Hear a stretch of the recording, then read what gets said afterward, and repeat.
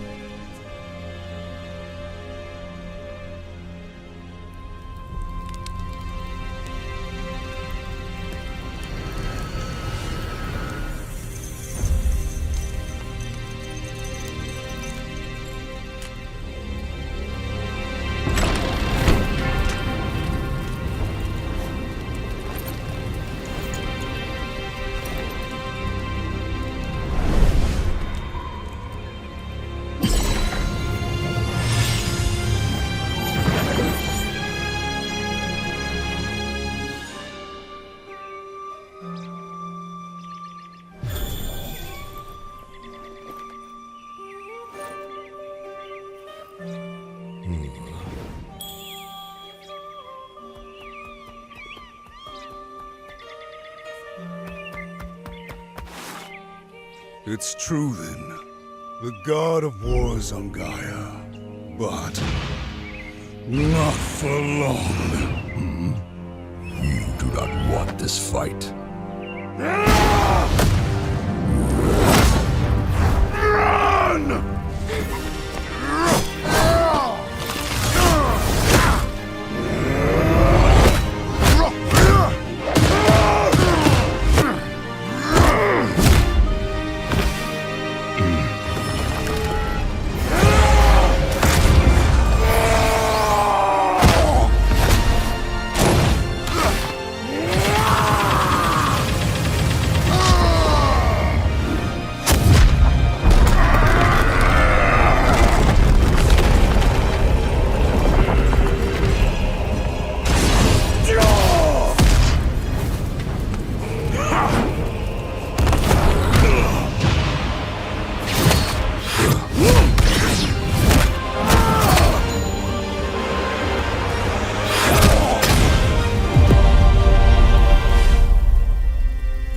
Let your wrath consume you. I have been down that road before. Shut up! Very well.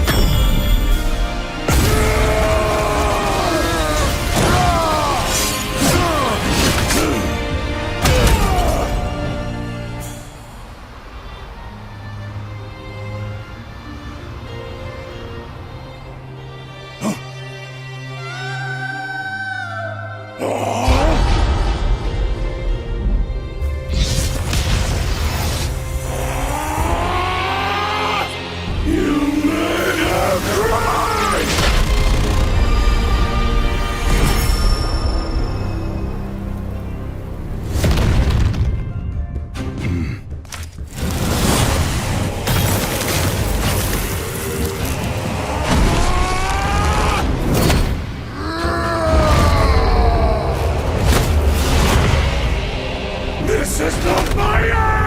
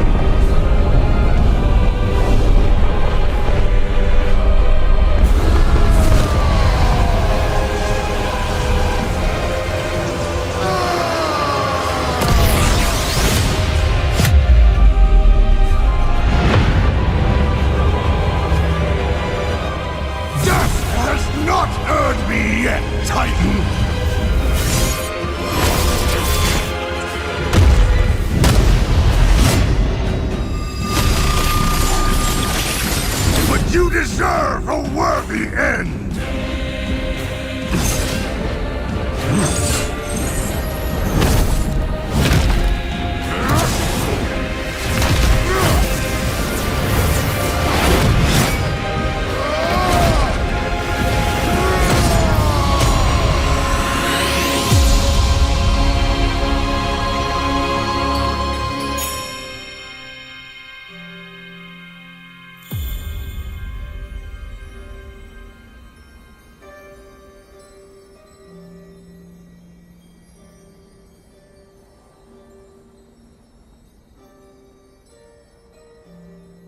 You are a monster no longer. I never was.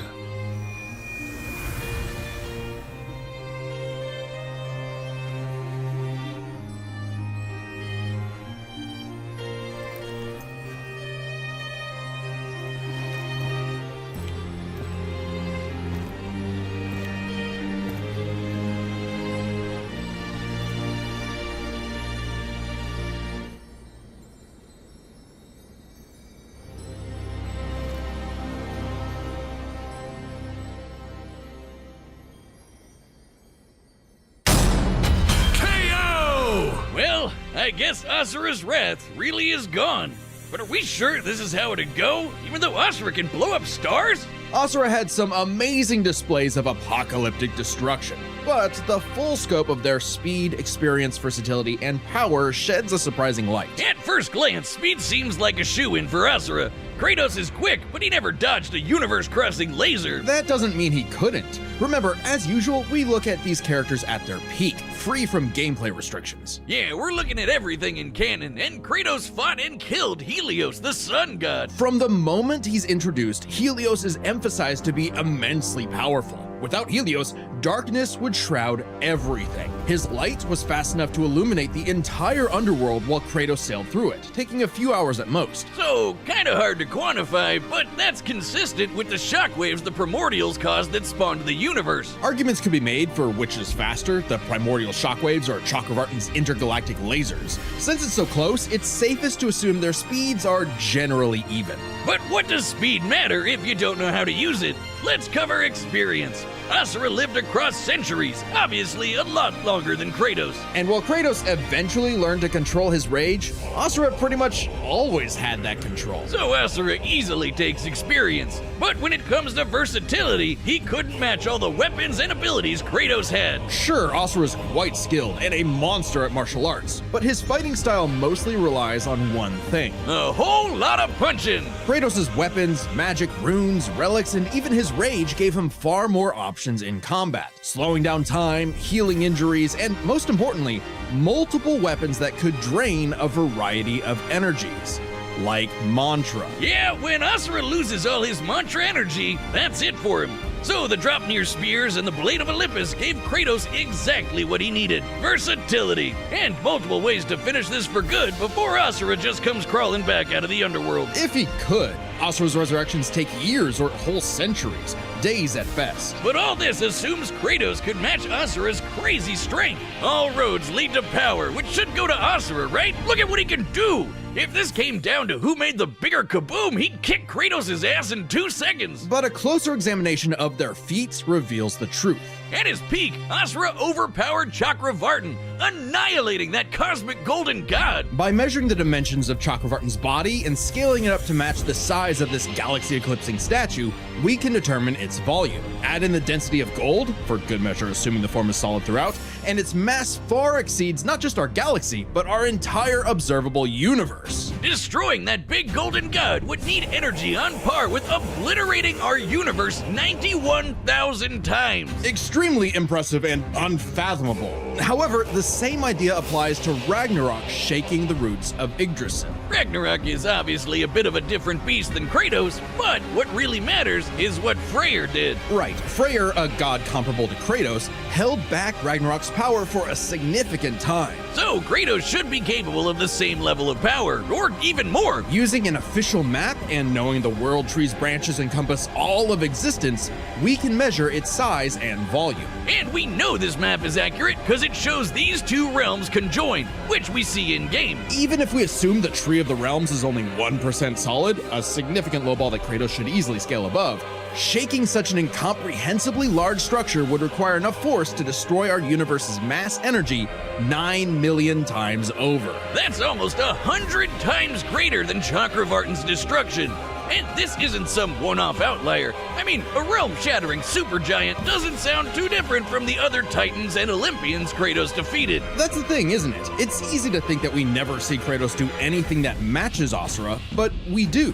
Helios' speed matches Chakravartin, and Kratos outsped him. Atlas is strong enough to lift all of reality, and Kratos overpowered him. Kronos defeated the creator of the universe in a one-on-one fight, same as Asura, and Kratos killed Kronos. Add in the clear numerical comparison of Chakravartin, Ragnarok, and Yggdrasil, and Kratos takes the edge in power. But hey, Capcom, if you give us Asura's Wrath 2, we'll try this again. That'd be pretty awesome.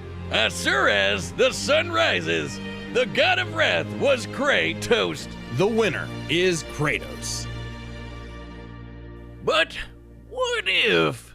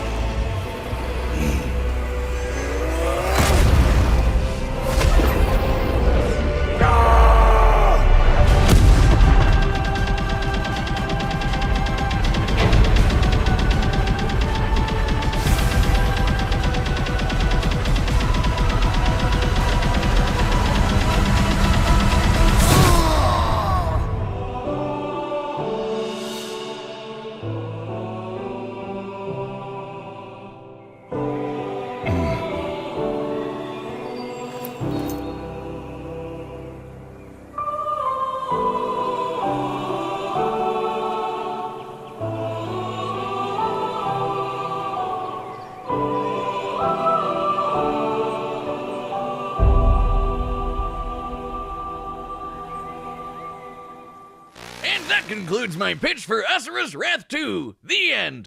Next time on Death Battle.